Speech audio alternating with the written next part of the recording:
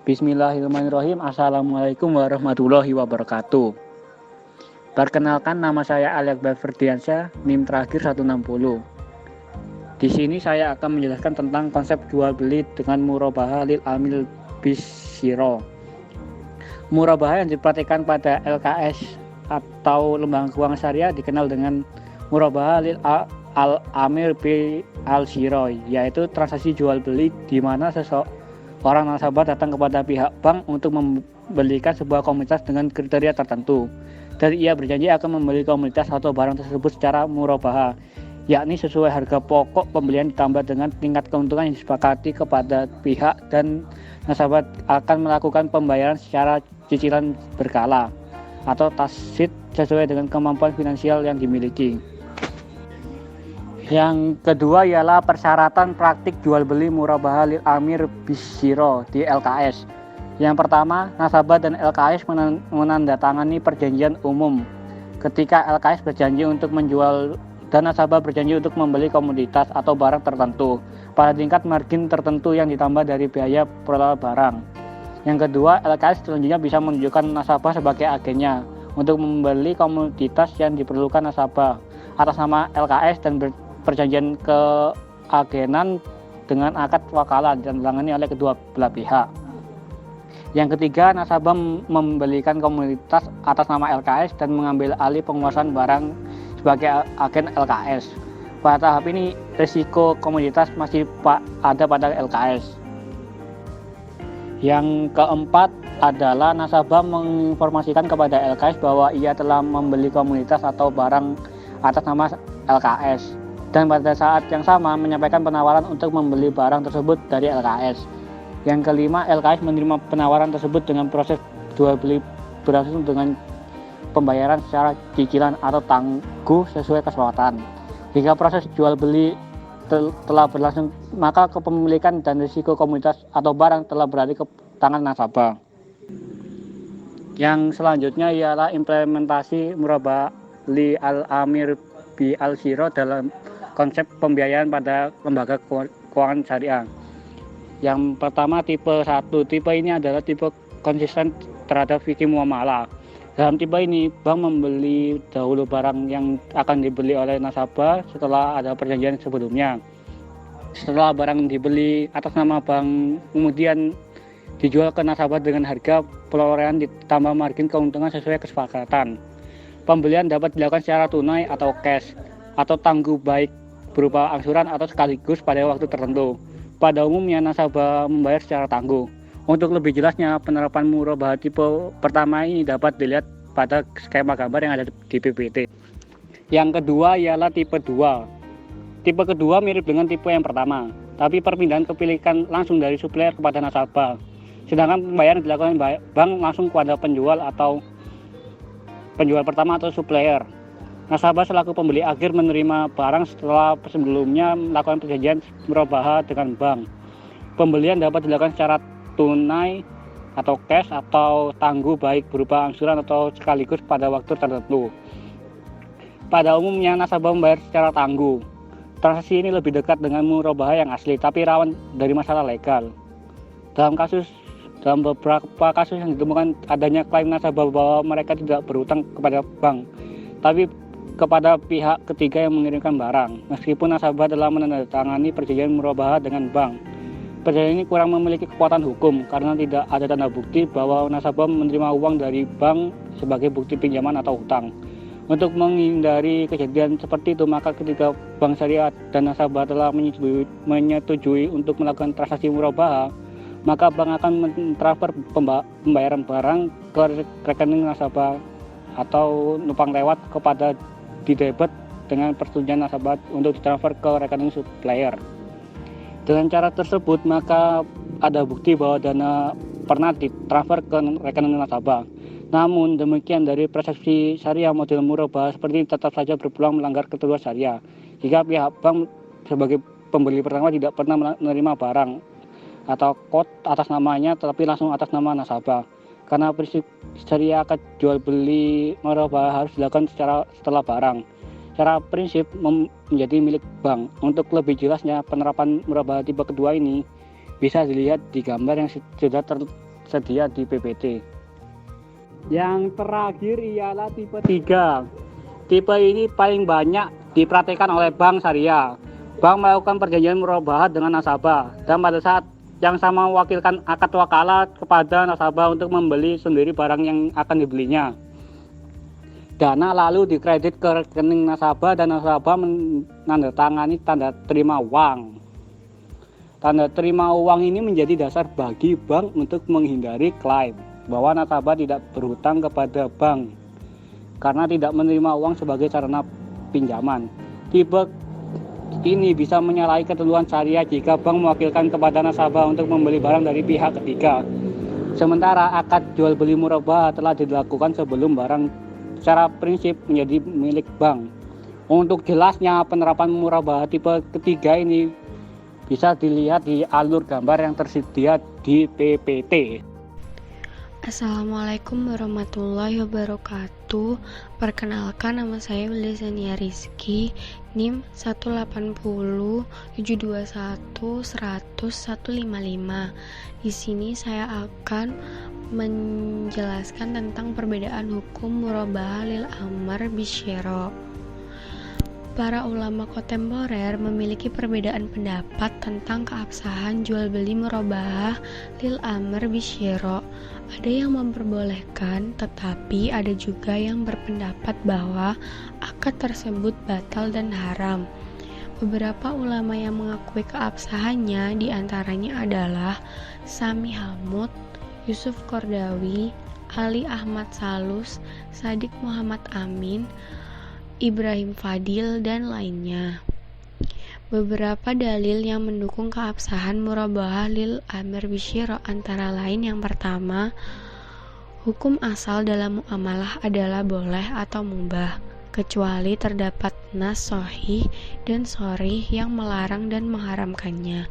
Namun sepanjang tidak ada dalil yang melarang dan mengharamkannya, maka transaksi muamalah merupakan sah dan halal adanya.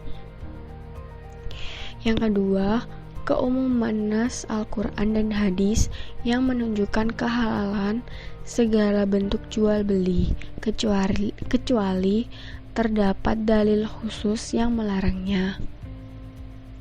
Semua jenis jual beli yang dihalalkan Allah dan tidak ada jual beli yang haram kecuali terdapat nas dari Allah dan Rasul-Nya yang mengharamkannya.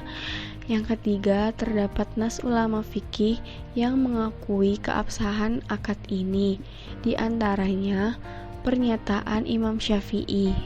Dalam kitab Imam Syafi'i menyatakan bahwa beliau memperbolehkan transaksi murabahah lil amr bisyira dengan syarat pembeli atau nasabah memiliki hak khiyar, yaitu hak untuk meneruskan atau membatalkan akad. Selain itu, penjual juga memiliki hak khiyar.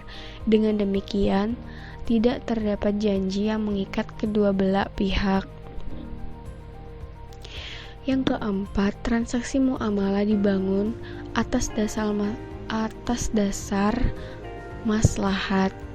Syara tidak akan melarang bentuk transaksi kecuali terdapat unsur kezaliman di dalamnya, seperti riba, penimbunan, penipuan, dan lainnya, atau diindikasikan transaksi tersebut dapat menimbulkan perselisihan atau permusuhan antar manusia, seperti dengan adanya horor atau bersifat spekulasi.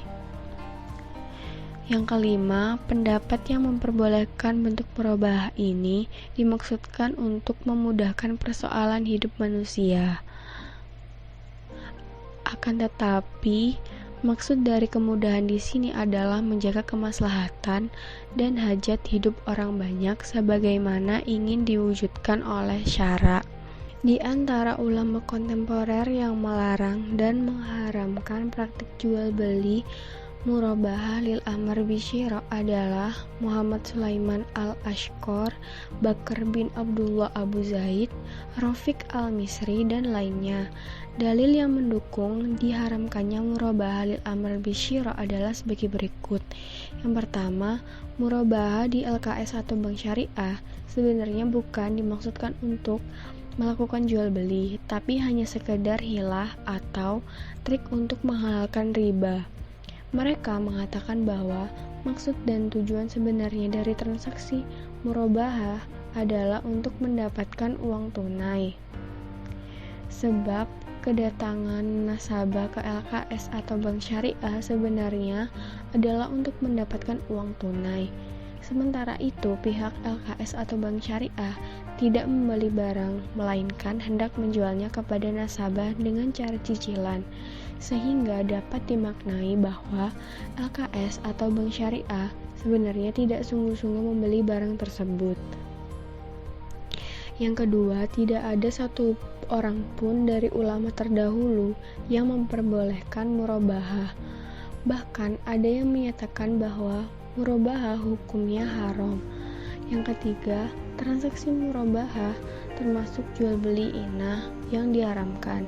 Jual beli inah adalah pinjaman ribawi yang direkayasa dengan praktik jual beli. Yang selanjutnya yaitu transaksi murabahah termasuk bai'atani fi bai'ah. Rasulullah telah melarang jual beli bai'atani fi bai'ah dalam sebuah hadis yang diriwayatkan oleh Imam Ahmad, Nasai, dan Tirmizi. Untuk mengetahui transaksi murabahah termasuk bai'atani fi bai'ah, maka perlu mengetahui maksud dan model tersebut. Selanjutnya yaitu bank syariah dalam melakukan transaksi murabahah menjual barang yang tidak atau belum dimilikinya, di mana pihak bank syariah dan nasabah berjanji untuk melakukan transaksi murabahah. Untuk mewujudkan kesepakatan tersebut, mereka membuat transaksi janji. Pihak bank berjanji untuk membeli barang, keharusan nasabah untuk membeli karena adanya perjanjian. Selanjutnya, bank syariah dalam melakukan transaksi murabahah telah mewajibkan transaksi dengan sekedar janji. Apabila janji tersebut tidak sampai menjadi suatu keharusan, maka tidak ada masalah dalam transaksi murabahah.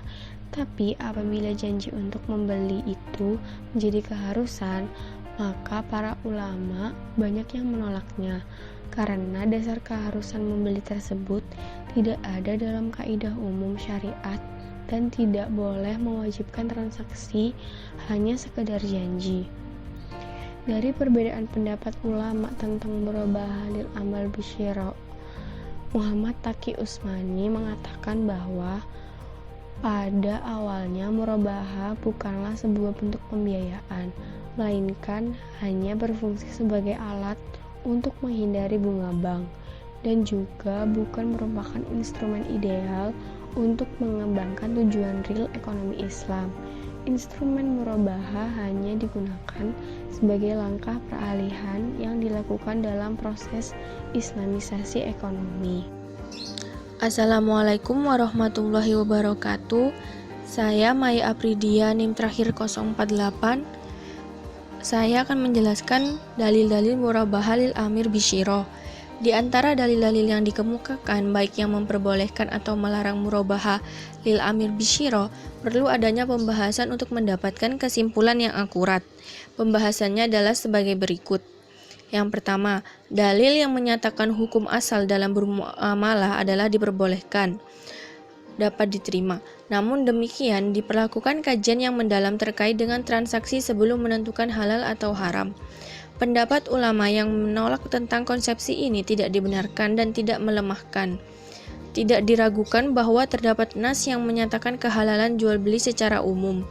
Kehalalan ini mencakup semua jual beli termasuk di dalamnya jual beli murabahah lil amir bisyira, kecuali terdapat nas yang secara jelas melarangnya.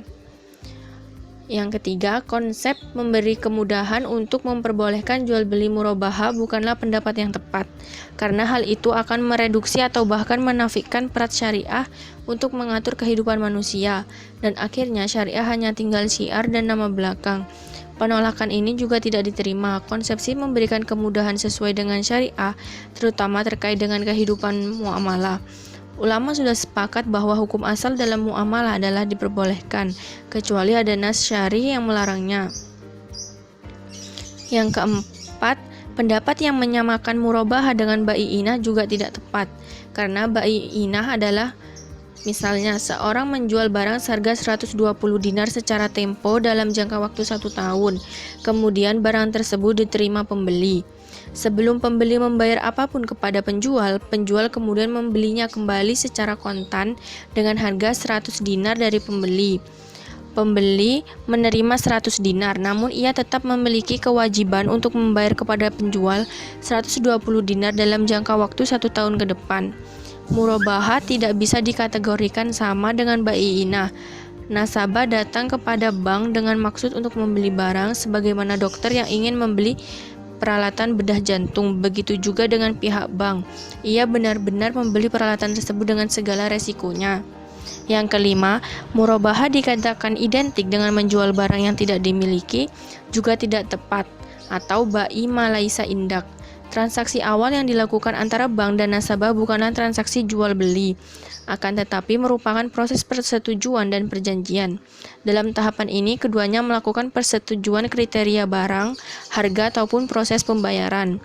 Jika sudah disepakati, maka keduanya berjanji akan melakukan pembelian dan penjualan barang, dan belum terjadi kontrak jual beli. Jual beli akan terjadi ketika barang sudah menjadi milik bank.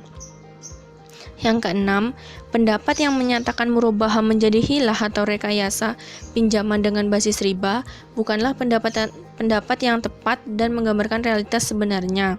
Bank benar-benar membeli barang, walaupun dengan tujuan dijual kembali kepada nasabah. Ini merupakan hal yang wajar, sebagaimana dilakukan pedagang yang membeli barang berdasarkan pesanan. Membeli barang tidaklah harus dikonsumsi secara pribadi. Nasabah yang meminta pihak bank untuk membelikan barang benar-benar ia ingin membelinya, sebagaimana seorang dokter yang membutuhkan peralatan bedah, jadi bukanlah merupakan bentuk rekayasa. Pihak bank membeli barang dengan modal yang dimiliki, kemudian dijual dengan nasabah dengan tingkat keuntungan yang wajar, baik dilakukan secara kontan atau tempo. Keuntungan yang diambil bukanlah sesuatu yang haram, begitu juga dengan jual beli tempo. Sekian presentasi dari kelompok kami, kurang lebihnya mohon maaf. Wassalamualaikum warahmatullahi wabarakatuh.